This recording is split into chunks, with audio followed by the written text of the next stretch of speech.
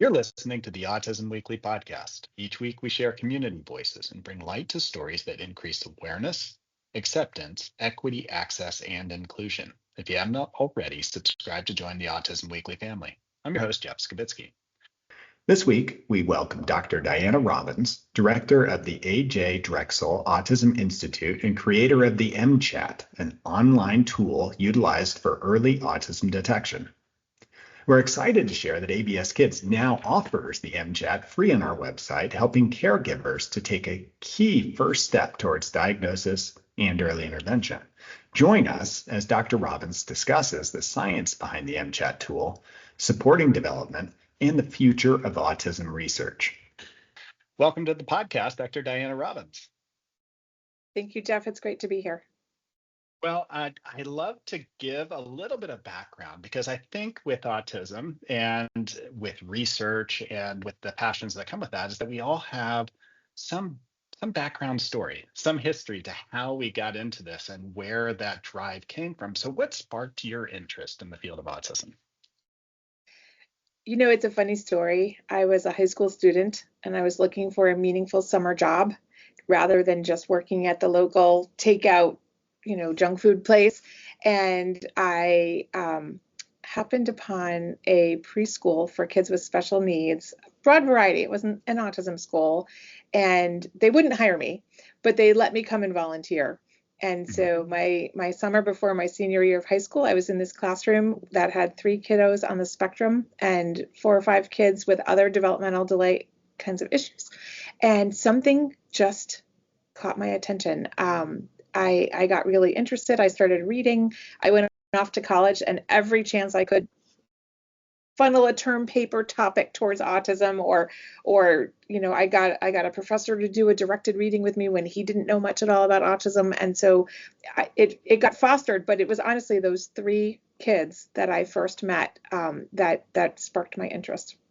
I think it's so funny is that I hear those stories all the time, and my daughters right now are in high school and they're living your same experience. Hopefully they become researchers in their future life, but you make that connection. You see the just the joy, the happiness, the abilities of somebody and how they're experiencing life. And if you are an open-minded individual, it's almost like, wow, I want to learn. I want to see your perspective, and I want to be a part of that experience. One of the components I'd like to touch on today is really understanding the why to early detection. And as much as like that passion of everybody's personality grows throughout the years, and we become who we are. With early detection with autism, it sounds like that is a very key part of a developmental milestone to be able to start to develop all those skills that bring about our personalities. So what is it that's really important for that critical piece of a child's development? Right. I think that there are a few aspects that come together. So the first is that our brains are more plastic, meaning that they're more open to learning the younger we are. Now, we're not hopeless, those of us who are in our 50s or whatever, decade you're in. We just don't learn as much and as quickly as when we were younger. And so harnessing that brain power to learn, that desire to absorb and grow while kids are as young as possible is really critical. The other pieces that I think are really important are some of the earliest skills that we're teaching kiddos on the spectrum that other children around them might be picking up without some extra devoted time or extra effort to teach them specifically, are the skills you need to learn other things in the future. And so teaching kids how to learn and how to engage is going to open lots of doors for them in the future. The third piece is whenever we're looking at a child who might not be learning and growing in quite the same way as their peers, we look at how far the gap is, how wide the gap is between where the child is right now and where you hope the child will get in order to foster their future independence and their building that skill set for them.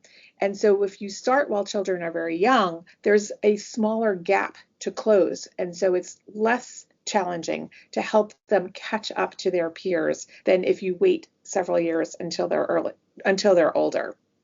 I will say there's very solid research now. It was speculative, 25 years ago, but now it's really solid that the earlier you start targeting the kinds of communication and social engagement skills that open the door to all of these future learning opportunities and future gains towards independence and towards autonomy, the better. And so the one other piece I would highlight in there, so this is important globally across all kinds of skills, but there does seem to be something unique about language.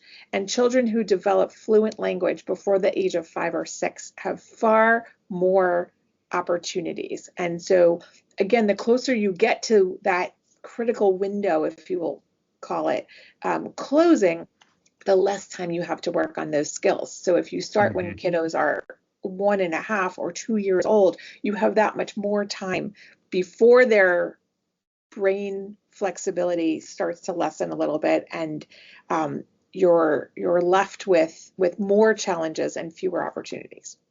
Yeah, and with earlier being better as far as that recognition, for a lot of those core symptoms for identifying autism is that they become so much more prevalent over time if somebody doesn't have some supports to be able to develop some of the skills, and those characteristics sometimes become barriers.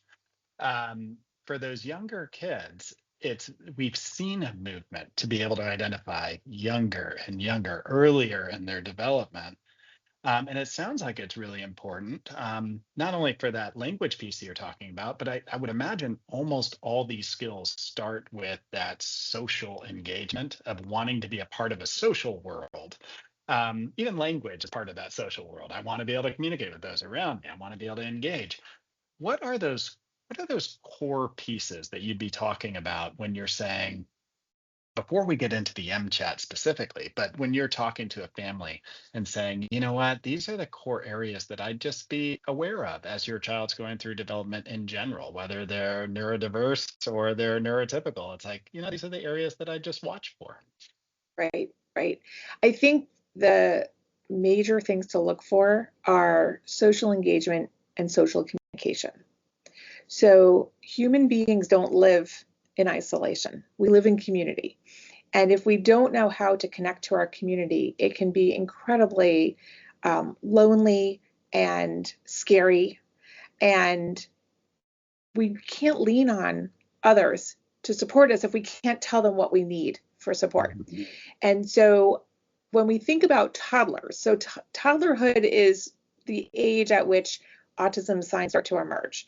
So it's not that it's just happening. There's something that's different about the way their brains are developing from before they were born, but it's when it becomes evident to those of us who are looking at how children develop. So you can't tell at 3 months and you can't tell at 6 months if a child is on a trajectory that looks like they're developing autism or not. But by the time they're about 18 months old, and in some kids it's actually younger. In some kids you can tell by the first birthday. Just not consistently. What you're seeing is differences in the way they're engaging with the world. So instead of tuning into people and paying a lot of attention to people's faces and voices and actions, they're more tuned into parts of the environment that aren't necessarily vehicles for learning. And the people are the vehicles for learning. And so what we look for in very young kids are simple ways of engaging and communicating before they have spoken language. So things like pointing, gesturing, a child who wants to be picked up, a child who wants to express happiness, a child who wants to note that someone's coming or going with a wave. Those kinds of behaviors are what I'm talking about when I say social communication and social engagement. Noticing what other kids around them are doing, wanting to just be hanging out near other people or near other kids, even if you're not going to interact directly with them. Enjoying things more. So a good example of what I'm talking about is there might be a child, you take them to the park and they're really excited about seeing something like an airplane flying overhead or an interesting bug crawling on the sidewalk. They're not going to just zero in on the thing. They're going to want to draw somebody else's attention in a way that says, hey, check this out. This is really cool. And if the other person, whether it's a parent or anybody, if they share the excitement, the child's enjoyment actually goes up. Yeah. And so what we're seeing, it's not always about having to go and like get someone's attention and very explicitly say, hey, look at this thing. I think it's interesting. And I think you'll find it interesting too. It's about facial expressions and tones of voice, even if they're not saying words yet. It's about pointing to say, this is the thing I'm interested in, not something over there, this thing right here. And then getting that reaction that actually grows the pleasure. And so when we see a child who's not doing that kind of sharing, in a sense, it seems like that maybe their enjoyment of the activity is fine. They're still enjoying whatever it is they're doing, but it doesn't give it that opportunity to grow and build. Because if I share something I'm excited about with you, you might in turn share something that I didn't even know I was going to be excited about. And wow, check that out. Now I can learn that too. And we can have this back and forth even without language. And so that's an example of what it actually looks like for a toddler to have that kind of social engagement. Absolutely. And those skills cascade is that if you're kind of in your own world, is that you have no reason to want to develop or to no reason to develop a lot of those social engagement sort of skills. So Right. once you start opening doors, more and more inputs start to come in from the outside world. But what you were describing as a parent, all those things are intrinsically reinforcing. Like, that's what I'm looking for. That's what I want. I want my child to bring me into their world. I really want to be a part of that. So historically, I would imagine is that parents were that gateway for being able to identify anything that they saw as, atypical, but we're not all equipped for that.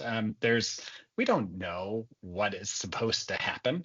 We don't have comparative samples.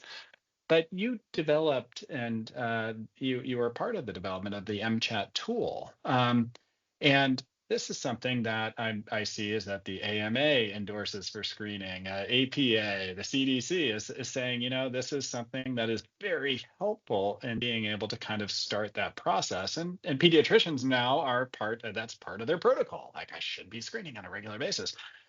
Can you give us some background on what that MChat is? Because right now it's a bunch of letters for us as we're listening, but what is the MChat and how does it support the early recognition or screening to be able to continue an evaluation process?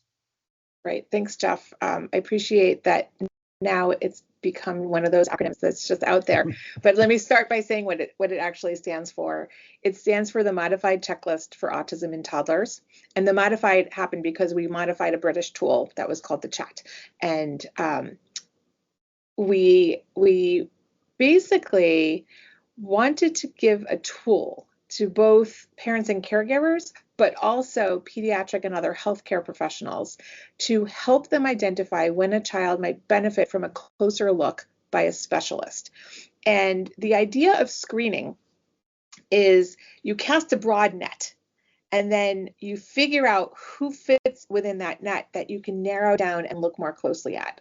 So we're all very familiar with other kinds of screening, right? So at a certain age, you have breast cancer screening, you have colon cancer screening, you have lots of vision screening, hearing screening, lots of other kinds of screening. And one of the biggest challenges with autism is we don't yet have that reliable and usable biomarker. So you can't get a quick blood test or a scan that says definitively you do or you don't have this condition. Autism is defined behaviorally, and so we rely on noticing behaviors. Now, when you think about children under the age of 3, most of them don't see a wide range of professionals, but hopefully all children go and get well child checkups with a pediatric or family care kind of healthcare professional, a pediatrician, a nurse practitioner, those kinds of professionals. The challenge is it's not so easy to see symptoms of autism in a brief, very busy visit. And I think I had heard recently that the average pediatrician spends about 8 minutes doing Hmm. an incredibly long list of things in a well-child visit. And it's not so obvious the way not walking by the time you're 1 or 1.5 years old would be very obvious in a checkup. We're talking about really foundational social engagement and social communication skills, but ones that might not manifest in a scenario where the child has already associated this visit with people stick sharp things in me and it doesn't feel good. So they're not really at their most social and their most engaged. And so one of the critical aspects of tools like the MChat is it relies on parents to tell us how their child usually behaves. Parents really are the experts on their own child, even if, as you mentioned earlier, they don't necessarily have the context to know what normative development looks like at each and every, developmental milestone. They know their child. And so Yep. we ask them to think about how their child usually behaves and answer a set of very straightforward yes, no questions. And folks, one of the biggest complaints I get is, why can't we have more choices? People don't like to say yes or no. They want to say something in between. And we actually piloted an in between, and everybody gravitates towards the in between response. So we press people to think about the usual behavior. Is it a yes or is it a no? And so items on the MChat include questions like, is your child interested in other children? Does your child point? And there's two different kinds of points. There's the point to like, I want that thing and I can't reach it, so help me. And then there's the kind of point of an, ooh, look. And so Hmm. we now give examples when we, excuse me, when we revised the MChat. We did, the original MChat was in 1999. The MChat revised with the structured follow-up more carefully incorporated into the tool. So the MChat RF, it's a long acronym, but that's where we are. Give some examples so that parents do understand the kinds of things we're asking about, and it helps them to know the developmental level.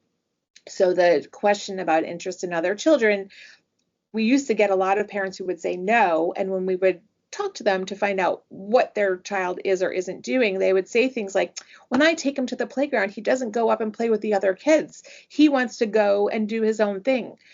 Sometimes he'll be near them, but he doesn't really want to play with them. Well, at 18 months, that's developmentally appropriate. We Hmm. want children to notice other kids, want to be near them, but not yet expect them to always engage. And so by adding some examples, when we did the revised version of the MChat, we were hoping to help parents kind of get that what to expect at this age kind of context to give us more accurate answers. And so the first set of questions, the MChat Revise has 20 yes/no questions. Parents just go through, they could circle it on a piece of paper. They can now do it on electronic devices. And their pediatric healthcare professional should look at the score and know automatically, does it need some additional follow-up or not? And then we have a set of structured follow-up questions for kids who are in that kind of moderate likelihood of autism range to get more clarity. So we can find out, okay, you say they're not interested in other kids, but let's dig in a little deeper. What do they do when you see other children in a store or a playground or wherever you are? And then better understand if the child is showing an autism symptom or not showing an autism symptom. And if their final score shows at least two behaviors that are indicative of autism, or if their original MCHAT shows so many that you don't need to go through each one and clarify, then the next action item is immediately refer that child and family.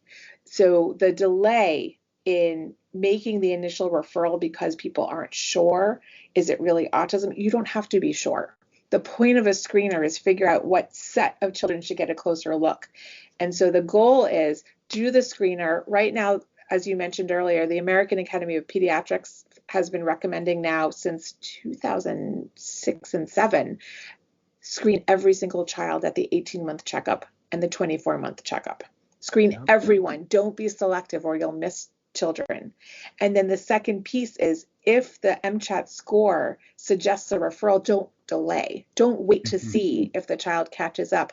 Refer immediately. And we actually suggest, we recommend referring both for a diagnostic evaluation and for early intervention services. Because here in the US, every child who shows some developmental delays should be eligible for IDEA Part C early intervention even before they have a diagnosis. Now, the diagnosis helps direct folks about what kinds of interventions might be most effective and what kinds of intensity, what types of treatments, et cetera, but get started even before you have that formal diagnosis, especially in this day and age where there's a serious waitlist crisis and people are not able to get that diagnosis right away. And so the idea is screen everyone, follow up when needed, and don't delay on the referrals.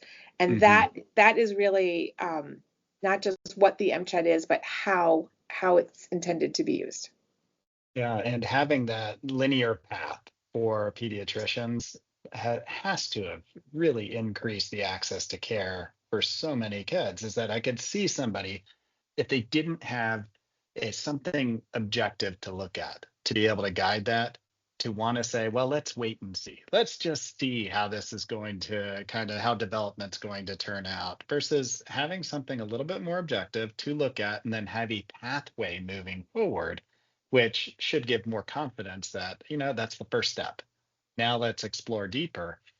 Do you see this screening almost as, it gives a little bit of understanding, but then it's also that guide to say, all right, well, now we got some medical necessity saying, let's get some further psychological evaluation. Let's get diagnostic testing started, so that it's saying, yes, we finished this first part. Let's immediately start the second part. Let's not have delays. Let's not have barriers put in by whether it's payers or whoever it may be, because we know now that some more evaluation needs to occur. I think in the ideal world, what you're describing is exactly how it goes, but I'm not sure that that's how it's working in most cases, unfortunately. Yeah. I'm not sure that whether or not they have an MCHAT score accompanying it will speed a referral. And unfortunately, what the research is showing is that although screening is actually quite widespread now compared to 10 or 20 years ago, acting on those positive screens is lagging. And many, many professionals are not interpreting it. And so I can't imagine if I went to the doctor for my annual checkup and she took my blood pressure and she said, your blood pressure is like 200 over, 120 or 150. I don't even know what a really bad blood pressure is, but you get the idea. And she's like, we're going to watch that. Come back in 6 months and we'll see if it's still high. If I knew anything, or even if I didn't know anything, if I went home and Googled, what does a blood pressure, blah, blah, blah mean? I would be pretty frustrated that my primary didn't immediately refer me to say, hey, we got to bring this down. This is not in the healthy range. And so I'm flabbergasted in a way that folks have a tool and they're not using it. And it's not triggering an alarm bell that when you have a tool that says something is different about this child's development, you're not immediately acting on it. But I think it's a whole host of things, including frustration with a system that's not really built to meet all children's needs. And one of my arguments back is we need to demonstrate the gap in what services exist and what the needs are to start to close that gap. So I fully sympathize with the frustrations that both caregivers and professionals experience when they see a child who's in need of supports and they're just nowhere to be found. But I think not identifying the child in the first place doesn't change that. If we instead can highlight this requirement that we do better to serve our kids' needs, then we can start to fill the gap. Does that make sense? Yeah. No, it does. And you shouldn't limit information, limit resources, limit awareness simply because you have a lack of adequacy in the number of providers or the lack of resources that are available financially. We should still all know and understand so that we can start to do our own diligence on how to make things work. Is that oftentimes we rest on our laurels unless we truly understand a problem. And then we finally get motivated and we have nowhere to go with it. But there is somewhere to go, though. We just have to highlight what the next steps are to help Absolutely. this unfold. And I also want to just mention the huge disparities we see in access to care and Hmm. access to services. The MCHAT and other standardized tools, they close those gaps. They lessen the disparities if every child is screened the same and all screens are interpreted the same and then the referrals are made. Where we see disparities increasing is when folks rely on judgment. And then if you go to a pediatric professional who's more in the know or better connected, maybe you get in. Or if you're a parent who has the resources to go figure out on your own what the next steps are, Hmm. then you get it and somebody else doesn't. And Yeah. so the standardization actually has been shown to reduce the disparities. And so we need more than ever to rely on our tools that look at everybody as a Hmm. population. Yeah, and I think that by making this a standard process, like you said, has already occurred with the American Academy of Pediatrics, where they're saying this should be a norm. This shouldn't be a one-off that we're doing this. Every child deserves this same screening, this same opportunity to be able to recognize something early enough to make a change. I think that that's exactly how you start to serve everybody equally.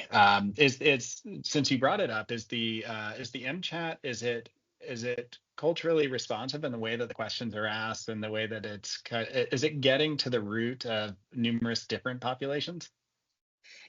It is, and I have to say, this is not from only my work, but people around the world have been studying the MChat. I should mention that it is a copyrighted tool, so people can't go and change it and still call it the MChat. But we made a choice years ago to make it freely available when people want to use it for clinical, educational, and research purposes. So people only need to get a license if they're using it in a commercial way. Hmm. And so companies that want to incorporate it into a product, they will pay fees, but other folks can go and download it and use it. And the place to go and find out more about it is mchatscreen.com. It's very low tech because I'm not a web developer and this is not my full-time job, but it's available and there's more than 50 translations on the Hmm. website. And we do caution folks that when we post a translation, it doesn't mean that we've vetted it or that we've validated it. But many of the translations actually have been validated. And there are some research papers now that look at how the MChat is performing in many different cultures around the world. And it's not perfect. There are some Hmm. items that are affected by different cultures, but many of the items seem to be universal indicators that a child would benefit from a closer look. And we're really excited about that. And at the same time, there's always more work to be done. And so we're always looking at strategies to make sure that it's not just more accessible, but also ensuring that it's really relevant to people all across the world. Yeah, but I mean, you think through any sort of, I guess, structure is that foundation has to be solid. It sounds like right now the MChat has made it so that the foundation is pretty solid. It's something that's available to everybody. It should be interpretable by everybody, and it should give results that are going to be beneficial for everybody. And then as you start building up and bring in those other diagnostic tools, we hope that they do the same. But it sounds like you've created a really good foundation to be able to start from to help somebody through that process. But imagine parents and even pediatricians at times still get overwhelmed with having to do the screener and then also having to give feedback on the screener. Is it sometimes the interpersonal part of it that keeps that next step from happening, from going to screening to diagnostics or treatment? That's a really interesting question. I think you're right. I think doing the screener itself is not so overwhelming. The hardest part sometimes is when a parent really wants to say, well, sometimes, and they have to pick a yes or a no. And Hmm. in those cases, I would guide those parents back to think about the usual behavior. If you've only seen it once or twice, don't say yes. And that's true of both the questions where a yes response indicates increased likelihood of autism, and also where a yes response indicates less likelihood of autism. Think about usual and not just once yeah, once I saw him point.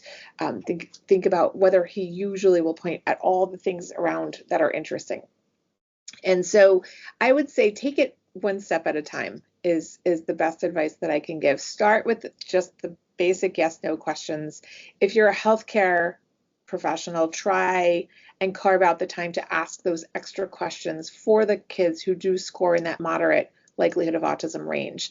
In general pediatric practice, this is less than 10% of the patients who need those extra questions.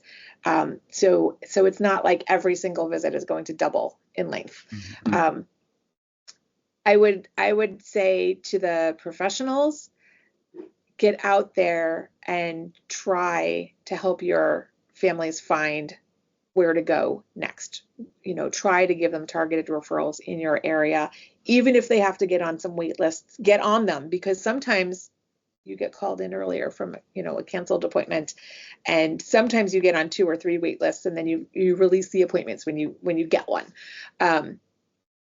From a parent standpoint, I would say try to find things you can work on at home while you're waiting. So try to use every opportunity throughout your day to engage your child and help pull them into your world. So if they're not naturally bringing things to show you, do lots of opportunities throughout the day where you're showing them things you're excited about and then giving them a chance to explore it. So planting little toys or objects, or just going out in the yard and seeing what you can find. It can be a flower or a bug or a piece of paper that blew from somewhere else, where you just look at what color it is and you crumple it up and see what it feels like. It doesn't have to be expensive. It doesn't have to be going to classes or events. So this shouldn't be something that people are constrained by if they don't have the financial resources. And try to turn every moment into a learning opportunity. So simple things like dressing your child. I know some days you have to get the clothes on and get out the door, but if you have a little more time, do silly things. Do things like take the pants and start to put on the child's arm instead of on their leg, and then exaggerate. Oh my gosh, that's not right. What are we going to do? Maybe the child will pick it up and pull it off and show you that it has to go on their leg. Even if they need help pulling up the pants, they're now engaging. Maybe the child will imitate it because they saw your reaction and they want you to do, oh my gosh, all over again. So maybe they'll take it off and then they'll put it back on their arm, even though they know it's wrong. And so taking a very simple thing, everybody has to dress their kiddo. Taking a very simple daily activity like getting dressed, eating, bath time, brushing teeth, all of those things that we do all the time, and turning it into not one, but 50 or 100 learning opportunities will help your child while you're still waiting for that formal diagnosis and for the formal early intervention. I really hesitate a little bit because it's not parents' job to carry the burden to do all of this themselves. We should be, as a society, providing those intervention supports, providing those trained therapists, rather than having parents try to wing it at home. And at the same time, as much as we can do as parents while we're waiting for those services to get into place, while we're out there advocating for our child and saying, hey, I need support, I need services, there's umpteen things that you can do at home in your daily routine that will help try to bring the child along and start to foster some of these social engagement and social communication skills that may not be coming naturally to a child who's on the spectrum. Absolutely. I think that's wonderful advice. When I think kind of through conceptually what you're saying is that if I go through every single opportunity with my child, no matter what I'm doing, and I think engagement, is that now while I'm waiting, I'm doing everything I can for my child. I think the hard part sometimes is being patient enough to realize I'm not going to be successful all the time. And even that small win of seeing a small engagement, I joined my child in their world and they gave me this feedback back, probably gives that parent that much that needed spark to kind of keep it going and keep excited. But I think And you that's great. pointed out, yeah, sorry, you pointed out one really crucial thing that I didn't say out loud, which is following the child's lead is so important here. So I may think that the, kite somebody is flying is really cool and want the child to look at it, but they may be like, not so important to me. If you can figure out what's interesting your child and figure out how to join them in it, you're far more likely to be successful more of the time than if you're always trying to pull them to what you're interested in. So, putting out 2 or 3 choices of whatever toys, activities, plasticware in the kitchen, anything that you might see what they're interested in, and let them guide first. And then you join. Then once you've joined them in their interests, it opens the door for you to add something new. So you can add, funny sounds and facial expressions. You can add clapping or other gestures. You can add turn taking. You can add playing with it a new way. But starting with their interest is actually really, really important. Yeah, and then don't we all want to be that way? I mean, we're all more engaging when somebody's talking about something that we're passionate about, or that really is enticing to us. When you're talking, and you brought up once again just the idea of this gap period. It exists. There is oftentimes a gap between being able to identify a need and being able to service a need. Um, and it's not always the family's job, but the family wants to be empowered during that time period to be able to say, hey, you know what, I'm doing what I can, and I feel educated enough to be successful helping my child during this time period. Even though I'm not a clinician, I'm still a great parent. Um, what sort of resources do you recommend where they could learn from that? Because it sounds like you've developed this wonderful tool for screening, is that there is treatment that is out there, but not always immediate. Do you have recommendations on resources or where people could go to learn some of the skills that you just described? Yeah, that's such a big question. I can't, give you all of the resources, but a few things that I would say. First of all, I would look to finding your village. So don't try to do it alone. This is true of just about everything that we come across in our lives that's at all challenging. If you're isolated and alone, it's overwhelming and you feel like there's no way you can manage it. And if you find those people who are part of your village, it becomes more manageable. In addition to people like your pediatric healthcare professional, your daycare teacher, folks like that, there are parent support groups like Parent to Parent out there that can help you not feel so alone and help point you in the right direction. There are definitely some books out there. Some of them are getting a little outdated, but they still have a lot of really helpful content, even if some of the language has shifted in the way we talk about autism. 2 that I very often recommend to parents of young children who might have autism or who just got a diagnosis of autism are the Activity Kit for Babies and Toddlers by my longtime, very close colleague, Deb Fine, and Lynn Brennan and Marianne Barton. They really spell out for parents things that you can do at home that foster this kind of social communication and social engagement. The other book is called Early Start for Your Child with Autism. And again, you can still look at it even if you don't know if it's autism or not. There's useful things, and it will not in any way be problematic if your child doesn't have an autism diagnosis for you to be fostering this kind of play and social connection. And that Early Start book is written by Sally Rogers, Jerry Dawson, and Lori Vismara. So these are books that are obviously, they cost money. You have to buy them, but lots of libraries will carry books like this, and you could go and you can read it, you could take it out, you can go back to it 3 months later and focus on a different chapter this time. So the hope is that families everywhere could get access to these kinds of strategies and these kinds of guides. But the reality is parents also can trust their gut.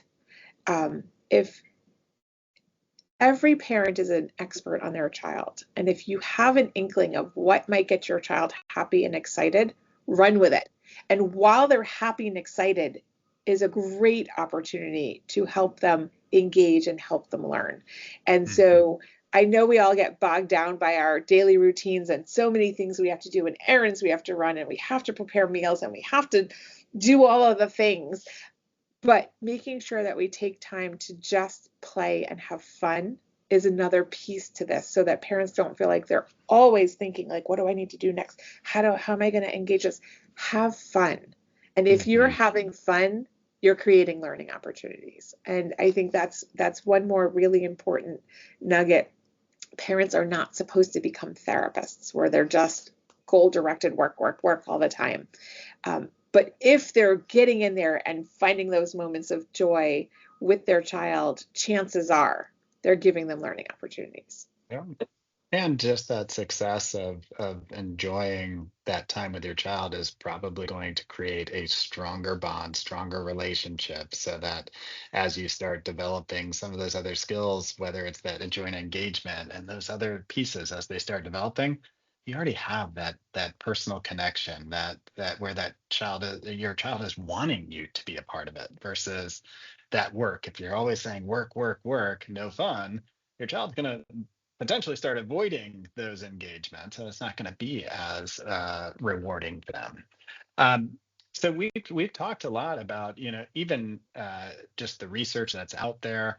There's just so much more research that needs to be done within the field. And I feel like it's changed already over the last 30, 40 years, is that every time I open up a new article, I'm seeing something different, and it's making the field stronger, and it's making us go outside of our comfort zone to do better care. What do you see as far as some of the advances in autism research that that are either on the horizon or that we need to start looking into, that are really going to empower families and empower individuals? Yeah, I thought a lot about this kind of question because I think that there are some that are very practical. There are some that are more theoretical, and they're all important. So from a practical standpoint, a lot of the work I do, one of the things we're really proud of at our Autism Institute here at Drexel is that many of our research findings have real world impact today in real time. And there isn't that 20-year pipeline from a scientific discovery to actually mattering in somebody's life. And that's because we do work in the community, and community partnerships and engagement is an integral part of the kind of public health science that many of us practice. So there are a lot of practical things. We need research to back strategies to shorten those wait lists, so parents spend less time wondering what to do, where to turn, how to get help, and are more quickly directed to what will help them now. And so that's kind of, from a practical standpoint, something that I'm really looking forward to. We're trying to do some of this work ourselves here at Drexel, and I know many of my colleagues are also tackling this really important issue. There's the question of biomarkers and whether there will be, a quick test to definitively say, yes, it's autism, or no, it's not. Unfortunately, I feel like we still have a ways to go on that. There are some promising biomarkers, but they need to be further validated, and then figuring out how to bring them to the public is a real challenge. So I hear sometimes from pediatricians or other healthcare professionals that it's hard to fit in doing an MChat in a visit. Now, the MChat takes parents maybe 5 minutes to fill out, and it takes the professional maybe 30 seconds to score. And if it's hard to fit that in, it's going to be hard to fit in something else, and also more costly to fit in something else than a quick 20 question yes no survey that the parents can do in the waiting room or before they're being seen. So I think that biomarkers have promise, but we need to be really confident that they're doing what they're intended to do before we try to move them to market and put them out there, so that we're not building up hope that we can't quite actualize just yet. And then the third thing I would say is we need to listen to autistic adults. When the field of autism first started, there wasn't much attention paid to what people with autism thought and what they experienced. And I know that there's a lot of controversy in certain areas, but I think the important thing is to get folks to sit down together and talk through it.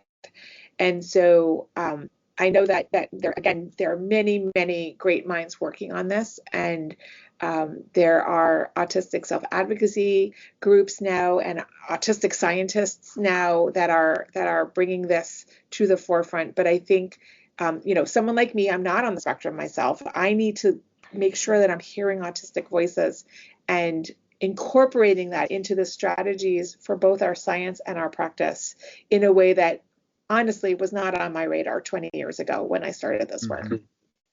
Yeah. And I think that a big part of social validity is that if I'm not helping somebody in the way that they want to be helped, then am I really doing anything that's going to be beneficial? I really need to look at how do I take the science and apply it to the problem as it's seen and what that perspective is, and try and make sure that I'm meeting the need. And it's such a broad Right. discussion, is that like skill development is like, there's barriers. I need to fill those gaps. But then there's things like changing stereotypical behavior and things that aren't necessarily always interfering in somebody's life, where it's like, well, do I focus on that? Well, I'm hearing from the autistic community at times, no, that shouldn't be a priority. So as a clinician, I need to understand that. Agreed. And I do think we have to couch it with a little bit of a caveat, because if you waited for a toddler to be ready to learn everything, we'd have a whole lot of kids not wanting to learn how to dress themselves or how to be toilet trained or any of the things that aren't really fun, and we kind of like that somebody else is willing to do it for us. So it doesn't necessarily extend to we have to always follow the toddler's lead on what they want to learn, but the strategies we use to engage them and teach them, that's where we need to listen to the autistic voices and make sure that we are, like you said, focusing on the things that will build their toolkit so they have the autonomy, they have the ability to make their life choices, not to make them conform to what other kids are doing or thinking or saying. So if a child really likes doing some kind of repetitive movement with their hands, it's not hurting anyone. It's not stopping their learning. So I think the important question is to ask, is a behavior critical for them to learn and grow and develop? And those are the behaviors that we really want to figure out how to teach in an effective, meaningful way, and not just to change the way somebody looks or acts to fit some idea of how kids should be. Yeah, no, and sometimes it's a lot harder work as a clinician to be able to do all that, but that's what you should be doing. That's the right care. And what you were talking about the biomarkers, it's always intriguing to me is the overlap of saying, okay, say we do get there with biomarkers. I think that the real win is when that starts informing clinical care, and it starts informing, what are the components? How can we tailor this to either diet, medicine, behavioral treatment, priority of goals, community inclusion? How do we take that information and use it in such a powerful way? But it sounds like we're still way off from there. And what we should be doing is what you are right now, where you're refining a tool, making it more efficient, easier to use for pediatricians to get treatment moving, to get things started, and then empowering the community to continue to be able to evolve treatment while we're waiting for further scientific discovery. So I appreciate all the work that you're doing right now. Where can people read about some of the work that you're doing at Drexel and some of the and even get more information on the MChat tool so they can better inform themselves? Great. Well, thank you for asking that. I will say our website is not always the most up to date at Drexel. I'm so busy doing science and leading my team that I don't always give the attention that I should to our website. But we do have a place on our website to join our mailing list, and we do send out quarterly newsletters so we don't bombard you. We have some really nice reports from prior years that you can also look at on our website to get a clear understanding of what it is we do and what it means to be an autism institute that focuses on public health science.